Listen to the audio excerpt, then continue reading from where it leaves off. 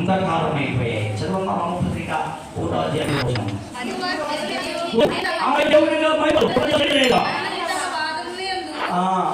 వ్యక్తులైపోయాడు. అందుకు వారు హృదయం ఏమైపోయింది? అంధకారం అయిపోయింది, చీకటి అయిపోయింది. అమ్మా అసలు జ్ఞానం ఎంత చదువుకున్న రోమవాడికి దేవుడు ఎక్కడ అంటారు? ఎవరంటారు? దేవుడు ఎక్కడ అంటారు? 10 మంది చదువుతారు. అడిగితే జవాబు ఎవరు? ఒక మాట చెప్తాను, దేవుడు ఇండియాకు దేవుడు ఉంటాడా? పరిపూర్ణ సంతోషం దేవుడు, అనాథ దేవుడు. అక్కడ సింహ అక్కడే పనిచేస్తుంది, అక్కడ పనిచేస్తుంది. ఈ గోల్ రీసెర్చ్ చేసుకుంటే ఈ సిమ్ ఎక్కడ ఈ సిమ్ కూడా అక్కడ పనిచేస్తుంది. ఫోన్ చేసుకోలేదా?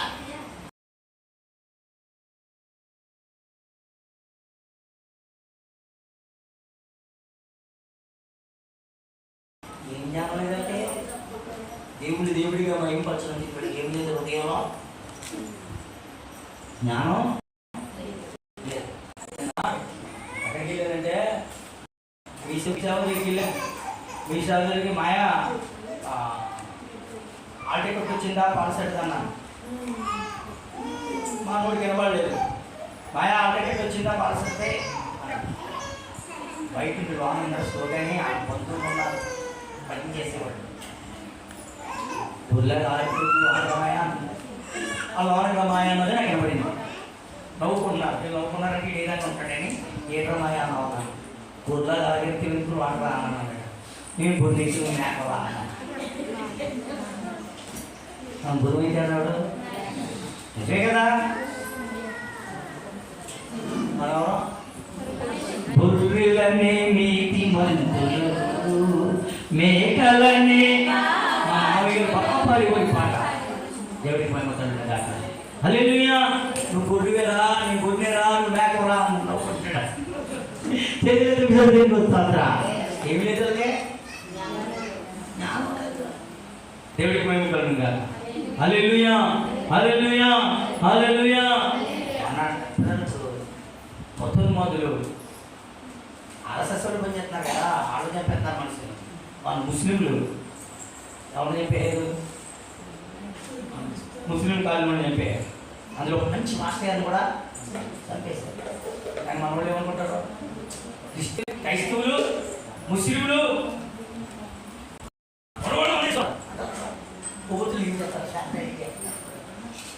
అసలు మిగతా వాళ్ళు స్థానాన్ని ఎవరు కాపాడారు తెలుసా? అక్కడ ముస్లింలే కాపాడారు. ఎందుకో తెలుసా? మొదలుతో రెచ్చిపోయేవాళ్ళు మన ఇండియన్స్ అందరూ కూడా ఇప్పుడు అన్ని జిల్లా అందరూ ప్రియబడి దేవుడిలాగా వాళ్ళు ఏమైనా దేవుడి వ్యతిరేకమైన మనుషులా కాదు. అన్ని జిల్లా దేవుడి పరిచయం కోసం సహాయం చేసేవాళ్ళు ఎంతోమంది ఉన్నారు. దేవుడికి మేము కళ్ళు కాక జట్టులో ఎంతోమంది అన్ని జిల్లా నుంచి క్రిస్మస్ పెడితే కార్యక్రమాలు పాల్గొనకపోతారు. మన కార్యక్రమాలు కూడా పాల్గొంటున్నారు. మొత్తం మాతంతో రెచ్చిపోయేవాడు ఎక్కడ ఉంటారు? అన్ని మతాల్లోనే క్రైస్తవుల్లో మొత్తం మాత్రం ఉంటుందా? అలా ఎవరైనా తప్పు చేస్తే ఏమంటారు? రాముడు ఆగండి అంటారు. అంటారా? చేతులు తోచినట్టు నేను ఎందుకు చెప్తున్నానంటే మన ద్వారా ఎవరో మహిమపరచబడాలి, దేవుని మహిమపరచబడాలి. దేవునికి మహిమల ఈ బ్రతుకులు గ్రంథం. అందుకే ఏదో విధంగా మనం ఎవరు మహిమ తెచ్చేవారిగా ఉండాలి, దేవునికి మహిమ తెచ్చేవారు. ఏమండి, సంతోషం కలిగితేనే కాదు, కష్టంలో కూడా ఏం చేయాలి తెలుసా? ఒక ఆయన పీఠం చెప్పబడ్డారా? దక్షిణ కొరియా దేశంలో కొత్తగా పెళ్ళయింది, భర్త పోయాడు వేరే దేశం. ఎందుకో తెలుసా? మనం క్షేమంగా ఉండాలి, పిల్లలు కలిగితే ఇబ్బందులు పడకూడదు, ఆర్థికంగా దీవెనకరంగా ఉండాలని పిల్లలు లేకుండా భర్తకి వెళ్ళిపోయాడమ్మా, వేరే దేశం వెళ్ళిపోయాడు. నెల సంపాదించి డబ్బులు పంపిస్తున్నాడు. అలా కొన్ని సంవత్సరాలు వెళ్ళిపోయాడు.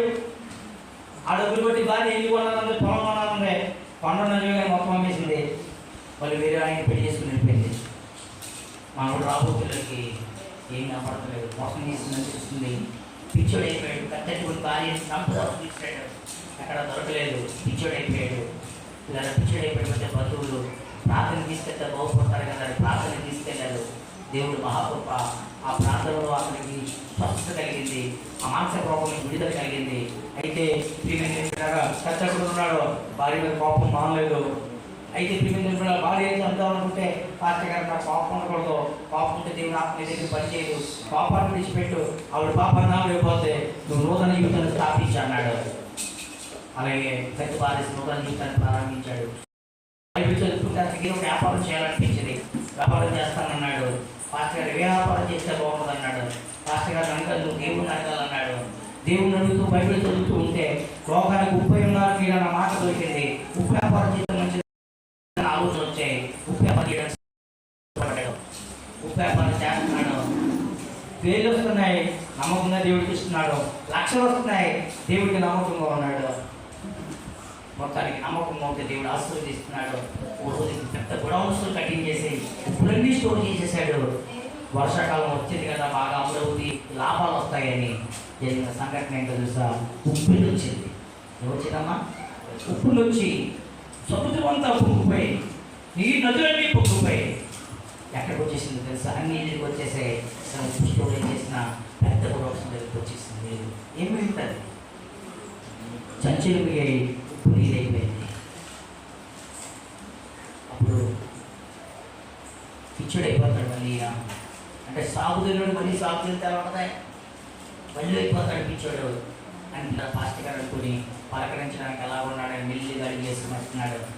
గుడౌన్స్ పెద్దది, ఈ మీద ఒక 4-5 ఇంతలు పెద్దది ఉంటుంది, ఇంకా వెడల్పు ఉంటుంది స్టోరేజ్ రూమ్. అక్కడ మైగా కుర్చీ వేసుకుని పాట పాడుతున్నాడు. పిచ్చికి సింధుబాబుకున్నాడు మాస్టర్, పిచ్చికి సింధుబాబు రోజుల్లోకి పేరుకి పిలిచాడు. పిలిస్తే పాస్టర్ గారు పిలిచిన పడ్డాడు, కూర్చోమన్నాడు. చాలా బాగా మాట్లాడుతున్నాడు.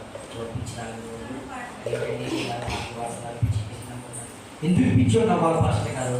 పిచ్చివాడిగా మారిపోయే నన్ను ఈరోజు ఎంత ఆశీర్వాదం ఇచ్చాడు, ఎంత మంచి వ్యక్తిగా మార్చాడు, లక్షల వ్యాపారాలు ఇచ్చాడు. ఈ వ్యాపారం పోతే ఇంకొక వ్యాపారం ఉంది, ఆ వ్యాపారం చేస్తానన్నాడు. దేవుడికి ప్రార్థన చేశాడు, దేవుడి గడియారాల వ్యాపారం చేయమన్నాడు.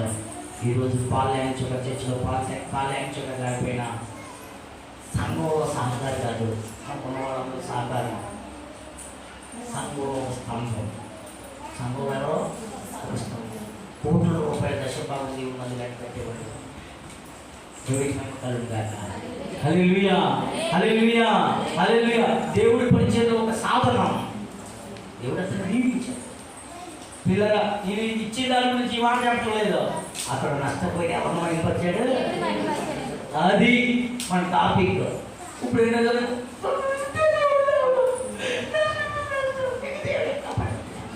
ఇంకేం దేవుడి అమ్మ అంటారు, అమ్మ అంటలేదా? ఎక్కడ విశ్వాసం? దేవుడు వచ్చాం, దేవుడిని ఆశీర్వదిస్తాడు.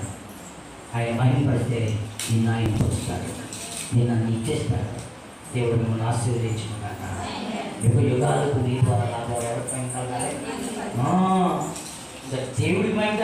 ఈ పని చేస్తే దేవుడికి మహిమ అవుతుందా లేదా? ఈ వ్యాపారం చేస్తే దేవుడికి మహిమ కాదా? ఈ మాట పలికితే దేవుడికి మహిమ కాదా? అదే నీకు తెలుసా, నీకోసం ప్రాణం పెడేశాడు, నీకోసం రక్తం కాచాడు, నేనే పాపని చూపించాడు, నీ అవసరాలు నా అవసరాలు తీస్తున్నాడు. నిన్ను పెద్ద కొడుకు వచ్చాడా, చిన్న కొడుకు వచ్చాడా, కూతురు వచ్చిందా, అల్లుడు వచ్చిందా, పక్కన మధ్యగారు వచ్చాడా, అత్తగారు వచ్చిందా? ఎవరు కాపాడారు? అది ఎవరికి మహిమ తేవాలి? దేవుడి దేవుడి మళ్ళీ జీవితం వద్దాం పిల్లల. దేవుడి మహిమను తెద్దాం, దేవుడి మహిమను కోరుతాం, దేవుడి మహిమ చెల్లుతాం, యుగాలు ఆయన మహిమ పడతాం. దేవుడి మాటలు దీవించుగా అని ప్రార్థన చేసుకుందాం.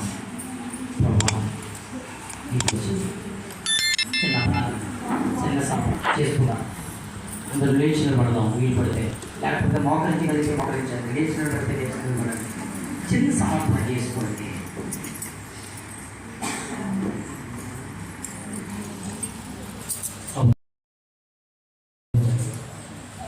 నా బ్రతుకుల్లో నీలా ప్రాణం పెట్టి రక్తం కాల్చిన దేవుడు ఎవరు లేరు.